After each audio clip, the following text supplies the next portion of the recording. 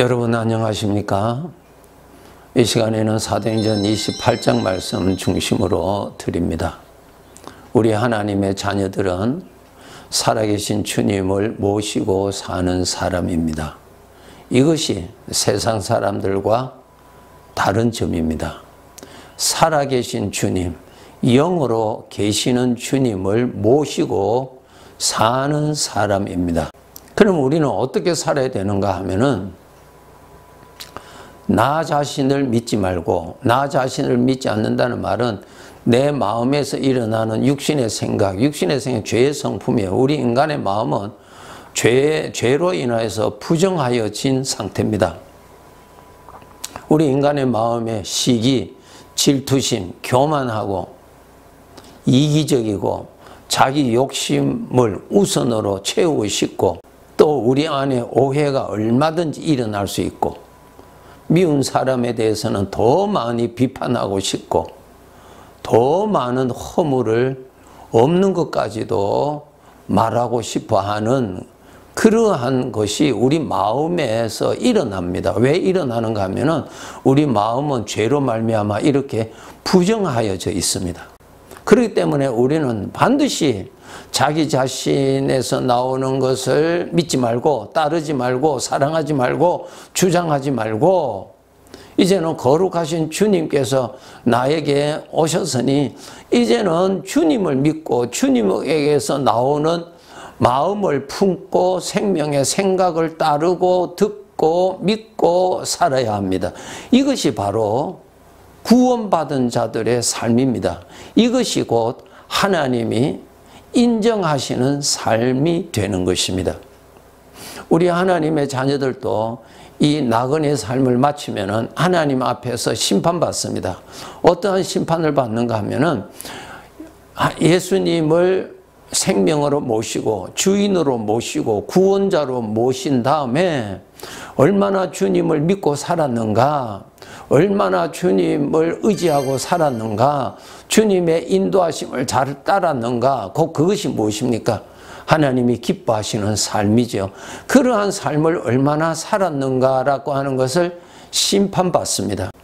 그 심판에서 우리는 잘 살았다고 하는 결과가 나오는 대로 우리가 천국에서 영원히 살 것인데, 그곳에서 누릴 영광을 주님께서 주신다고 하셨습니다. 주님께서 비유로 말씀하셨습니다. 한 문화를 가지고 각 종에게 한 문화씩 주면서 이것 가지고 장사하라고 그랬습니다. 주인이 맡긴 돈이죠. 그래서 저들이 열심히 그 돈을 가지고 장사했습니다. 어느 시점에 대해서 주인이 종들을 다 불렀습니다. 이제 결산합니다. 내가 네게 맡긴 이 한 문화를 가지고 얼마나 장사를 했느냐, 이제 계산합니다.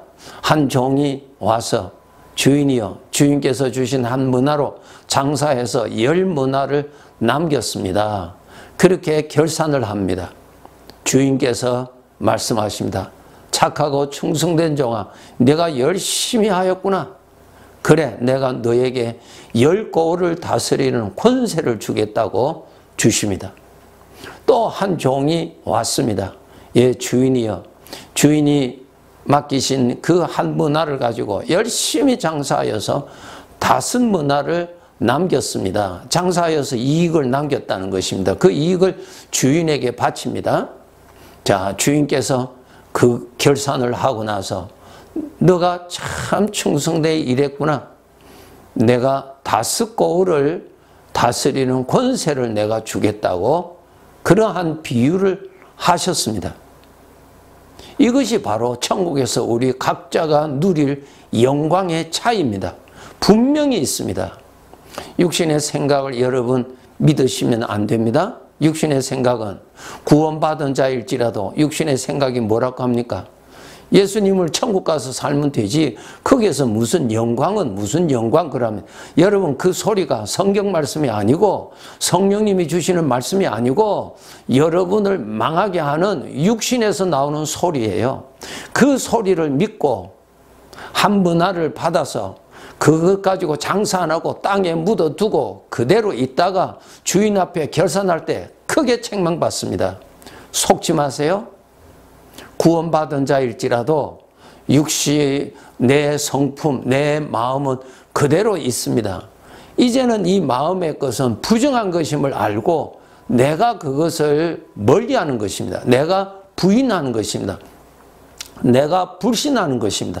이제 그것을 내가 호응 안 하고 따라가지 않는 것입니다. 대신에 주님께서 영으로 오셔서 나에게 주시는 생각을 따라가고 주님이 주시는 그 말씀이 진리라고 확실히 믿고 그 진리를 따라서 살아가는 삶입니다.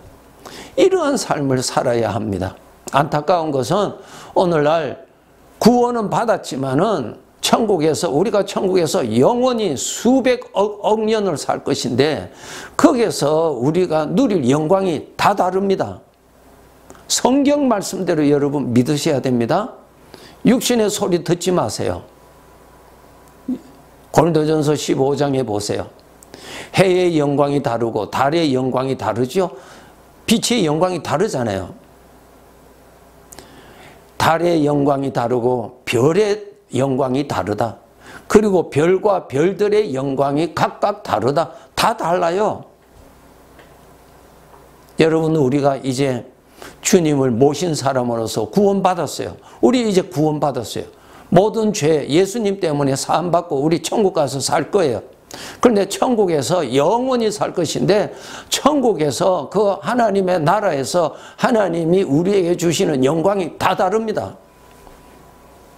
예수님의 비유에 10고을을 다스리는 권세를 받는 자가 있는가 하면은 5고을을 다스리는 권세가 있는 자가 있단 말입니다. 한 문화를 받은 사람은 크게 책망을 받았습니다. 아무 일도 하지 않았어요. 즉 그날을 그들이 그 종은 믿지 아니했습니다. 우리 성도 여러분, 구원은 받았지만은 여전히 하나님을 대적하는, 하나님을 가까이 하지 못하게 하는, 하나님을 불신하게 하는 내 마음에서 일어나는 생각, 여러분 믿으시면 안 됩니다. 반드시 우리 믿는 사람들도 아버지 앞에서 심판을 받습니다. 여러분 그날을 꼭 믿으시고 열심히 나에게 오신 주님을 철저하게 믿고 주님을 사랑하고 주님이 주시는 생각을 가슴에 품고 그 주님이 주시는 생각을 이 세상의 금과 은보다도 더 귀한 것임을 알고 그것을 여러분이 품고 따라가고 사랑하고 살아가는 믿음의 삶을 열심히 사셔야 됩니다. 그 다음 우리가 알아야 될 것이 우리가 주님의 뜻을 따라서 이렇게 사는데 주님을 믿고 육신의 것을 따르지 아니하고 주님을 믿고 살아가는데 어려움을 얼마든지 만날 수 있습니다. 고난을 얼마든지 만날 수 있습니다. 이 현실이. 그 예로 사도행전 23장 11절에 보면은 사도 바울이 주님께서 쓰시는 사람인데 그 주님께서 사도 바울에게 나타나셔서 말씀하십니다. 내가 예루살렘에서 나를 증거한 것처럼 너는 로마에 가서 나를 증거하게 될 것이라고 주님께서 그렇게 인도하실 것을 알려주셨습니다. 분명히 주님께서 그렇게 하실 것입니다. 그런데 그 길을 가는 데 있어서 얼마나 많은 장애물이 있습니까?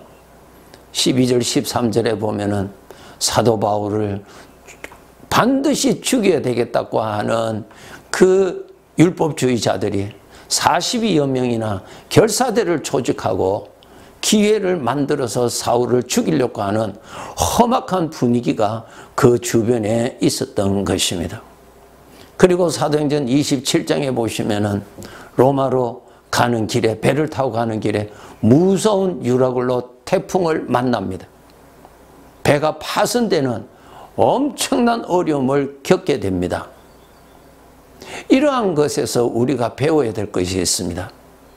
우리가 하나님을 믿고 육신의 것을 따르지 아니하고 정말 주님을 믿고 신앙으로 살아가는데 이러한 어려움이 있고 절망적인 힘든 상황들을 만나면 하나님의 뜻을 따라가면 모든 것이 더 잘 되어야 되는데, 아니 하나님의 뜻대로 가는데 왜 이렇게 길이 막히고 더 어려운 문제가 꼬이고 왜 이렇게 되는가, 이러한 생각을 하게 될 때 반드시 육신의 생각이 그것을 도와서 하나님을 믿지 못하게 그렇게 유혹하게 됩니다. 이러한 상황이 성경에 많이 있습니다. 자, 여기서 아주 중요한 것 말씀해 드릴게요. 여러분 꼭 아셔야 됩니다. 이 세상은 하나님 앞에서 경주장에 달리는 선수와 같습니다. 이 경주장입니다. 이 경주장에서 여러분 게임을 잘 하셔야 천국 가서 영원히 누릴 영광을 받습니다. 이곳에서는 쉬는 것 아닙니다. 이곳에서는 내가 대우받는 곳이 아닙니다.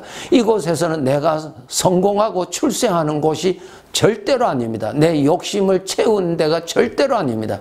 이 세상은 다 지나갑니다. 이 세상은 내가 성공하기 위해서 있는 기회가 아니에요. 경주장이에요. 주님을 따라서 경주하는 것입니다. 주님을 따라 열심히 달려가는 것입니다.